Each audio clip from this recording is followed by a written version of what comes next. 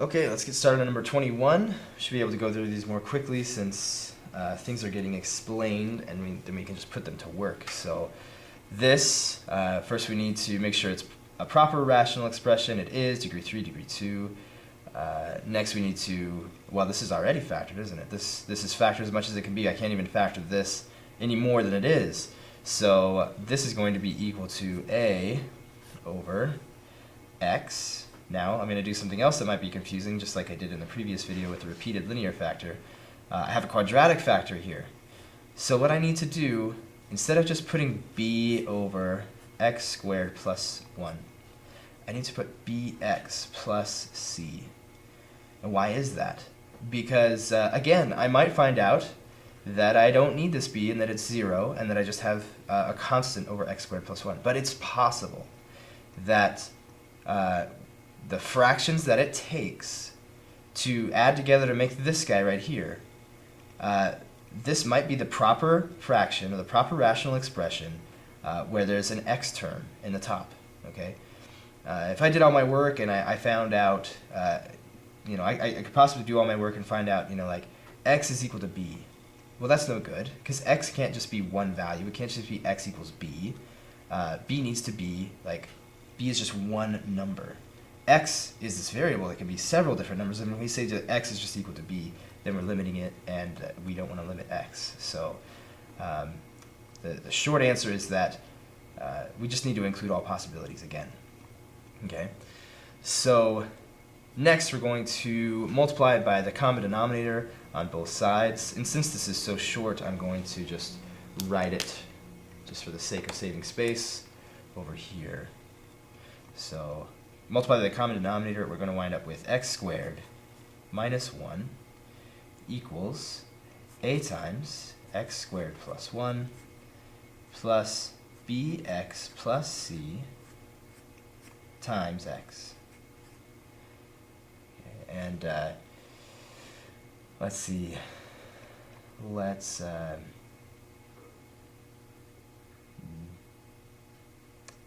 just leave it like that, and we'll just we'll pick convenient values for x. Well, one convenient value for x that's going to make it real easy to solve all this is 0. 0 goes in here and eliminates both b and c in one fell swoop. Very powerful. So then we put a 0 in here. We're going to solve for a. It's going to be great. So if we put a 0 in here, this is gone. Put a 0 in here, we get 0 plus 1. We wind up with just a. So a is equal to this side, so 0. There it is. Super easy. Okay. Well, the next part is a little more difficult. I'll be with you in just a minute. Here we go. So here we can't put in a value of x that's going to make this a 0, right? I couldn't possibly square something, get a negative 1, add 1, and get 0. So what we can do is plug in the value that we know for a, multiply this expression out, and we'll just take it from there and see what happens. So let's get x squared minus 1 equals negative 1 times x squared plus 1 plus bx plus c times x. So let's expand all of this out. Negative x squared minus 1 plus bx squared plus cx.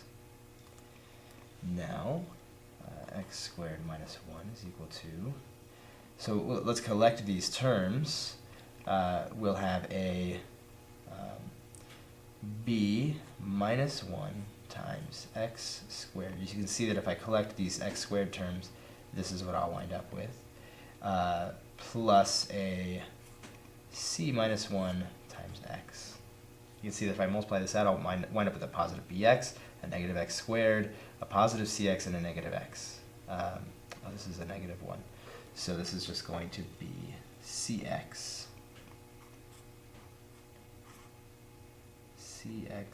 minus 1. Okay. So we have, you can see now, if I multiply all this out, bx squared, negative x squared, cx, negative 1. That's all accounted for. Okay, so what must b and c be equal to? Well, we have this guy right here, and to make it more clear, I'll write it this way, so that we have x terms over here too.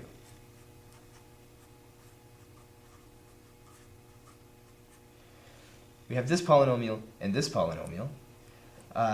In order for these two to be equal, each of the coefficients needs to be equal. It doesn't make any sense any other way. It's not like this could be 1 and this could be 5. That's not possible. The number that I multiply by the x squared needs to be the same on both sides. That's the only way that two polynomials could be equal. So it must be that each coefficient over here, connected to the same x term, must be the same coefficient over here. So the coefficient here is 1. This coefficient of 1 must be equal to this coefficient of x squared, which is b minus 1. This coefficient of x must be equal to this coefficient of x, which means that 0 is equal to c. So b is equal to 2, while c is equal to 0. But we have all three pieces. So we can replace these values. Negative 1, 2, and 0. So now our work, again, we were always interested in finding the integral. So we're going to find the integral of negative 1 over x plus 2x, remember there's an x there that b is multiplied by, over x squared plus 1. And dx. So the integral of this part is going to be the natural log of x. That's actually going to be the negative natural log of x. So then this one, you can see that this is u, this is du, so you have du over u. So you have the natural log situation again, the natural log of the absolute value of x squared plus 1. And this could all come out to be the natural log of x squared plus 1 over x, plus c. Okay, that's number 21. We'll work out the next one in the next video.